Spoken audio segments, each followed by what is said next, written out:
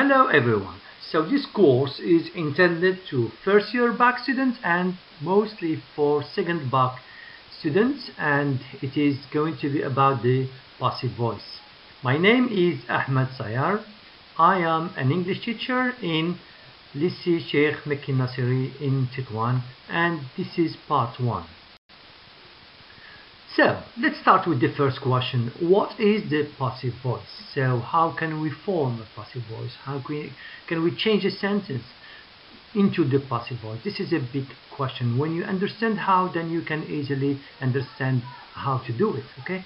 So let's take this sentence. John writes a letter. The subject John writes is a verb and a letter is the object. How do you know the object? By asking the question what? John writes what? John writes a letter. Great. So what is the passive voice? So it is when you take an object, you put it in the beginning of the sentence and take the subject and you put it in the end of the sentence and preceded by preposition, and you take the verb and you do some modifications. Again, if a sentence doesn't have an object, then it cannot be put into the passive voice. Okay? So the object is crucial for any sentence to be changed to the passive voice. So again, object, and then you put the subject at the end, by, and then the verb. Here I'm going to give you 4 rules. Okay, 2 rules in this part and the other 2 rules in the second part of this video. Okay, sometimes the by plus subject can be used, doesn't have an importance. Okay, we're going to see more examples. She broke the windows. Okay, so here we have she, which is the subject, broke, which is the verb, what, the windows is going to be the object. So the passive voice is when you take the object, which is the windows, put it in the beginning, make some modifications for the verbs and put by she, but here by she doesn't give us any information who is she, so there's no need to write by she, just take it away and instead you just put a full stop. Okay, so whenever you have any sentence starting by these, I, you, he, she, somebody, someone, okay, so just don't write by, it's not very important, instead you just put a full stop. Okay, so let's start now by rule number 1. Now rule number 1 is going to be about the simple present and the simple past. What does mean this sentence?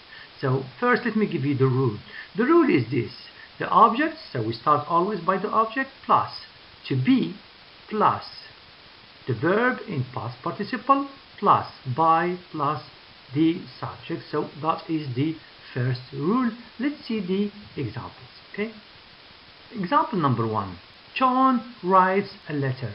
When I make a rule and I identify what tense, it's always about the verb, this verb. So here you have the sentence in the simple present. Okay. Next I'm going to give you a sentence in the simple past. So when you have the sentence in the simple present, you just write an object plus to be plus the verb plus participle plus by and plus subject. So here where is the object? A letter. Great. Then to be, then write past participle written, then by, then John. Okay, following the same rule. Again, here I'm going to ask a question: what tense is this sentence? So writes the verb, what tense is it? It's in the simple present.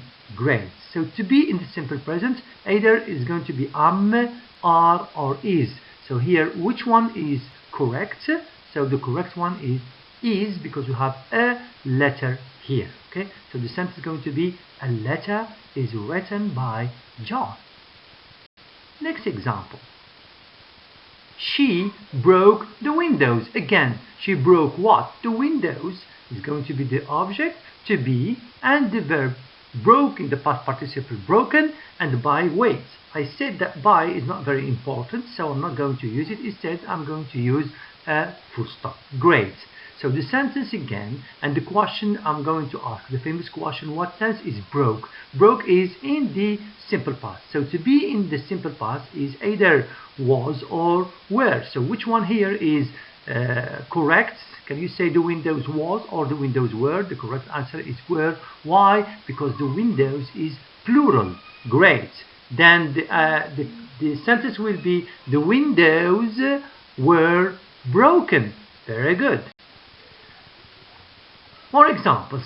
I prepare tea for mom every morning. Great. I is going to be the subject, prepare is going to be the verb, tea is going to be the object, prepare what, and for my mom is a prepositional phrase, which is not very important for me, okay?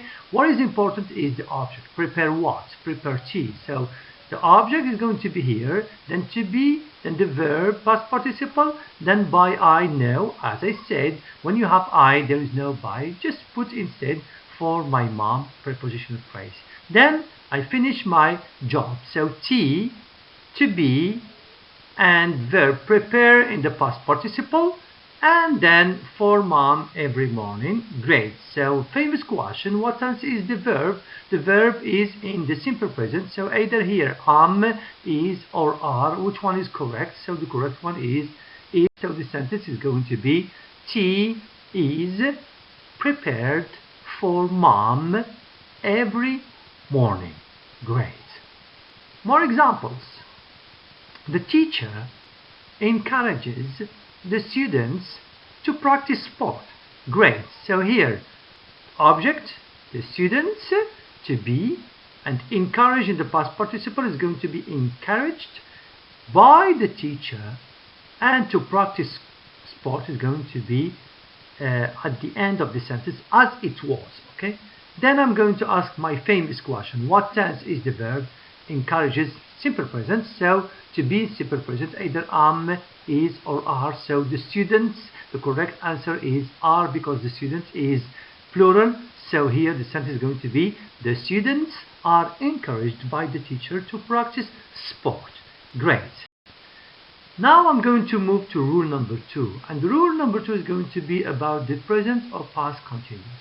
Now the rule is this: the object plus to be plus being, pay attention, plus the verb in past participle plus by plus the subject. Great, so that's the rule. Very good. The difference here is that in the first rule we didn't have being. In the second rule we added being because it's the continuous form. Now let's see the example. Samir is building little gadgets at present. Very good. So where is the verb? So verb building. Building what? Little gadgets is the object. Great. So little gadgets, and then to be, and then being, and then the verb in the past participle, which is build, and then by Samir at present. Great. Again, my famous question: what tense is the sentence? And the answer is it is in the present continuous. So to be in the present is is or are, and the correct one, little gadgets, are, because gadgets has an S, so this is the correct answer. Little gadgets are being built by Samir at present. Very good. Let's look now to the next example.